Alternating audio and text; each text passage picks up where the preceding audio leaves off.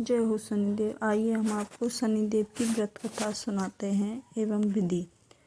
इस दिन शनिदेव की पूजा होती है। काला तिल, काला वस्त्र, तेल, उड़द शनिदेव को अति प्रिय हैं, इसलिए आप उनके द्वारा शनिदेव की पूजा की जाती है।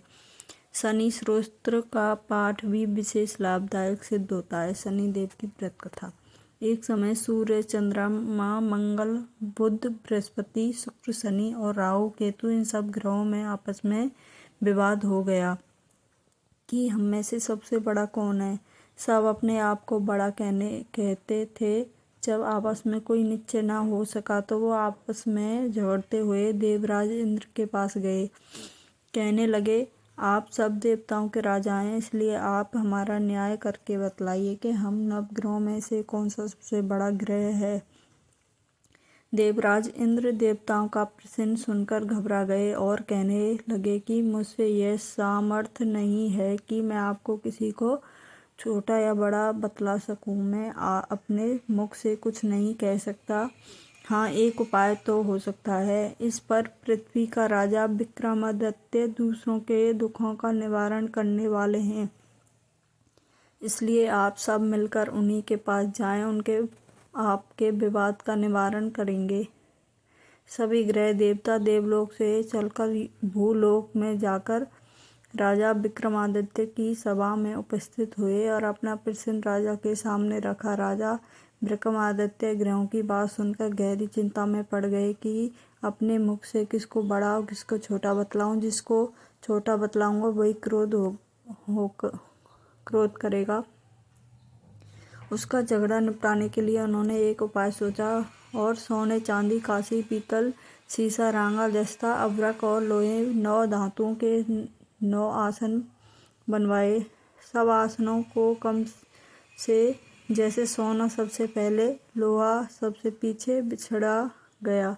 उसके पश्चाताप राजा ने सब ग्रहों से कहा कि आप अपने अपना आसन ग्रहण करें। जिसका आसन सबसे आगे वो सबसे बड़ा और जिसका सबसे पीछे वो सबसे छोटा। क्योंकि लोहा सबसे पीछे था, शनि का आसन था, इसलिए शनि ने समझ लिया कि राजा ने मुझे सबसे छोटा बना दिया। इस निर्णय पर शनिदेव को बहुत क्रोध आया। उन्होंने कहा कि तू मुझे नहीं जानता। सूर्य एक राशि पर 1 महीने, चंद्रमा 2.25 महीने, मंगल 1.5 महीने, बृहस्पति 13 महीने, बुध और शुक्र 1-1 महीने विचरण करते हैं, परंतु मैं एक राशि में 2.5 वर्ष से लेकर 7.5 वर्ष तक रहता हूँ। बड़े बड़े देवताओं को भी मैं भीषण दुख देता हूँ। राजन सुनो सुनो, श्री रामचंद्र जी को 7.5 आई, उन्हें वनवास हो गया। रावण पर आई तो राम ने वानरों की सेना लेकर लंका पर चढ़ाई कर दी और रावण के कुल का नाश कर दिया। राजन, अब तुम सावधान रह जा।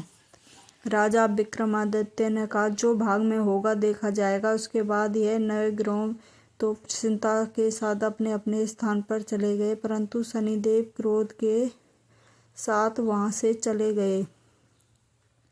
कुछ काल व्यतीत होने पर जब राजा विक्रमादित्य को 7.5 की दशा हुई तो शनिदेव घोड़ों के सौदागर बनकर उनके अनेक घोड़ों के सहित राजा विक्रमादित्य की राजधानी में आए। जब राजा ने घोड़ों के सौदागर के आने की खबर सुनी तो अपने अश्वपाल को अच्छे घोड़े खरीदने की आज्ञा दी। अश्वपाल ऐसी अच्छी नस्ल के घोड़े देखकर और अच्छा सा घोड़ा चुनकर सवारी के लिए उस पर चढ़े। राजा के पीठ पर चढ़ते ही घोड़ा तेजी से भागा। घोड़ा बहुत तेज एक घने जंगल में जाकर राजा को छोड़कर अंतर्ध्यान हो गया। उसके बाद राजा विक्रमादित्य अकेले जंगल में भटकता फिरता रहा। भूख प्यास से दुखी राजा ने भटकते भटकते एक गांव वाले को देखा। गांव वाले ने राजा को प्यास से व्याकुल देखकर पानी पिलाया। राजा की अंगुली में एक अंगूठी थी। वह अंगूठी उसने निकालकर प्रसन्नता के साथ गांव वाले को दे दी और स्वयं शहर की ओर चल दिया। राजा शहर में पहुंचकर एक सेठ की दुकान पर जाकर बैठ गया। उसको उज्जैन का रहने वाला था। उसका नाम बीका बतलाया। सेठ ने उसको एक कुलीन मनुष्य समझकर जल आदि पिलाया। भाग्यवश उस दिन सेठ की दुकान पर बहुत अधिक बिक्री हुई। सेठ को भाग्यवान पुरुष समझकर भोजन के लिए अपने घर ले गया। भोजन करते समय राजा विक्रमादित्य ने आश्चर्यजनक घटना देखी। जिस खूंटी पर हाथ लटका रहा था वह खूंटी उस हार को निगल रही थी।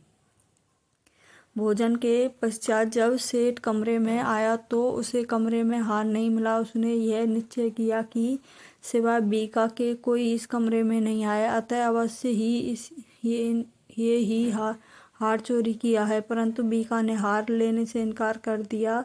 इस पर 5-7 आदमी उसको पकड़कर नगर कोतवाल के पास ले गए। फौजदार ने उस राजा के सामने उपस्थित किया। कहा, यह आदमी भला प्रतीत है, चोर मालूम नहीं होता, परंतु सेठ का कहना कि इसके सिवाय कोई घर में नहीं आया, इसलिए अवश्य ही चोरी इसने की है। राजा ने आज्ञा दी कि इसके हाथ पैर काटकर चौरंगी किया जाए। परंतु राजा की आज्ञा का पालन किया। बीका के हाथ पैर काट दिए गए। कुछ काल व्यतीत होने पर एक तेली उसको अपने घर ले गया। उसको कोलू पर बैठा दिया। बीका उस पर बैठा हुआ है, अपनी जबान से बैल हाँकता रहा। इस काल में राजा की शनि की दशा समाप्त हो गई। वर्षा ऋतु के समय के भार वह मल्हार राग गाने लगा। यह राग सुनकर शहर के राजा की कन्या मनभावनी उस राग को मोहित हो गई। राजकन्या ने राग गाने वाले की खबर लाने के लिए दासी को भेजा। दासी सारे शहर में घूमती रही, पर जब तेली के घर के निकट से निकली तब वह क्या देखती है कि तेली के घर में चौरंगिया राग गा रहा है। दासी ने लौटकर राजकुमारी को सब बात सुना दिया। बस उसी क्षण राजकुमारी मनभावनी ने अपने मन में प्रण लिया, चाहे कुछ भी हो जाए, मैंने चौरंगिया के साथ ही विवाह करना है। प्रातःकाल होते ही उस दासी ने राजकुमारी मनभावनी को जगाना चाहा तो राजकुमारी अनशन व्रत लेकर पड़ी रही। दासी ने रानी के पास जाकर राजकुमारी के न उठते ही वार्तात कहा। रानी ने वहां आकर राजकुमारी को जगाया और उसके दुख का कारण पूछा। राजकुमारी ने कहा कि माताजी, मैंने यह प्रण लिया है कि तेली के घर में जो चौरंगिया है मैं उसी के साथ विवाह करूंगी। माता ने कहा, पगली, तू यह क्या कह रही है? तुझे किसी देश के राजा के साथ परिणयाया जाएगा। कन्या कहने लगी, माताजी, मैं अब प्रण कर चुकी हूँ। माता ने चिंतित होकर यह बात महाराज को बताई। महाराज ने भी आकर उसे समझाया कि मैं देश के देशांतर में अपने दूतों को भेजकर सुयोग रूपवान और बड़े ही गुणी राजकुमार के साथ तेरा विवाह करूंगा। ऐसा बात कहकर तुम्हें कभी नहीं विचारनी चाहिए।